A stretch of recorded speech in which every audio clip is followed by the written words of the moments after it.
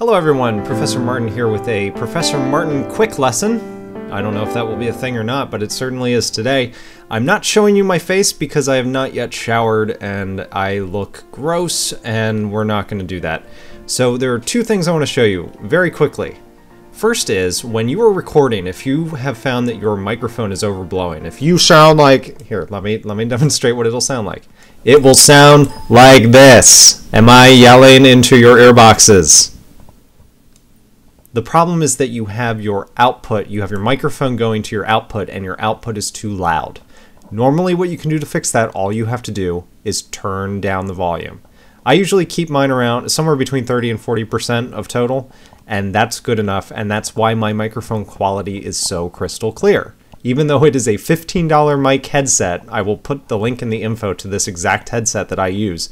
It sounds amazing. And speaking of sounding amazing, over here I'm working on something that does not sound amazing. I will play it through and you'll see what happens and you'll see why I need to fix this. Whitelist people. Sunday! Sunday! Sunday!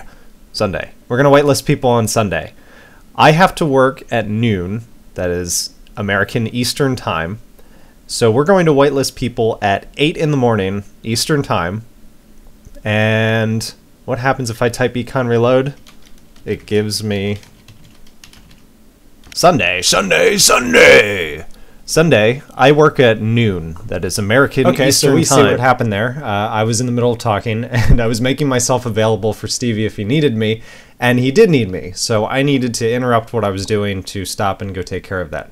So what we need to do now is I need to overlap these in a way that makes it so that you cannot tell that I had to cut away or that any time has passed at all. And that's not very hard to do, and I'm going to show you how. I tried to pick it up here and just start talking again, and I totally f***ed that up. So down here, I just started again with the Sunday, Sunday, Sunday part. So what we'll do is Sunday, Sunday, Sunday, Sunday. Okay? What we'll do is we'll get rid of this whole part of this clip where I start saying Sunday.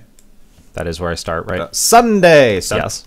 And you don't have to worry about trimming too close, because if you do, you can very easily just drag this back out. So there's the beginning of me saying Sunday again. And I don't want that, so we're going to get rid of it. Let's pull this down here and see how this sounds. I'm just going to throw these together and see what it sounds like. Don't pay any attention to the video. We're not worried about that yet. That will be the easier part.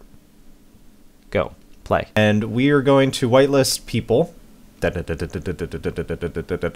Sunday, Sunday.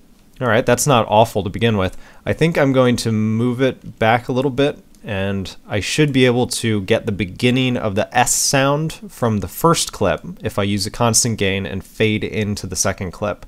And it should make it pretty seamless, so let's see what that sounds like. Whee! And we are going to whitelist people.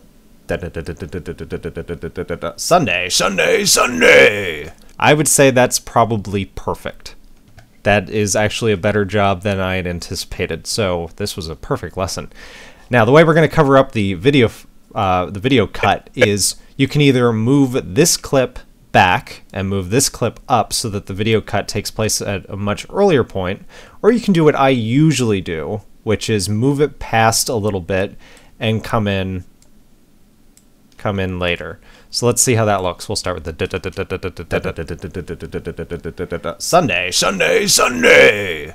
Sunday, I work at noon. So, not noticeable, right? Sunday, Sunday, Sunday. Sunday, I work. I mean, you see the cut there, but the cut is not on any particular word, so there's no reason to think that I cut in saying Sunday right there. You wouldn't think that I cut in even earlier as well. Now, the other thing that you can see that I messed up, Sizer didn't size my window correctly, even though I don't know, maybe I dragged the window or something. And you can see this is the regular file. It's a little bit too tall for some reason. I must have dragged it up and down. The way to easily fix that is to right-click on your clip. I'm actually showing you three things today. Hit Scale to Frame Size. That will... Now we are seeing the whole clip, and it will add black bars either to the top or to the side, whatever way it needs to get it so that you can see the whole frame. If you don't want to do that, undo, you can use your motion tab in your, your motion effect in your effect control tab and zoom out to whatever degree you want. So if you don't want to zoom out the entire way, you don't have to, or you can zoom out even further. This is also how you're going to scale up clips to fill a window. If you've got a clip that's this size, again, you can use scaled frame size, or you can just drag this. That works. If you are interested in changing the aspect ratio, you would uncheck this thing that says uniform scale, and then you would move them independently of each other. And that is, when I download clips for 5things, I am changing the aspect ratio all the time, often to try and fix them because they're not the correct aspect ratio.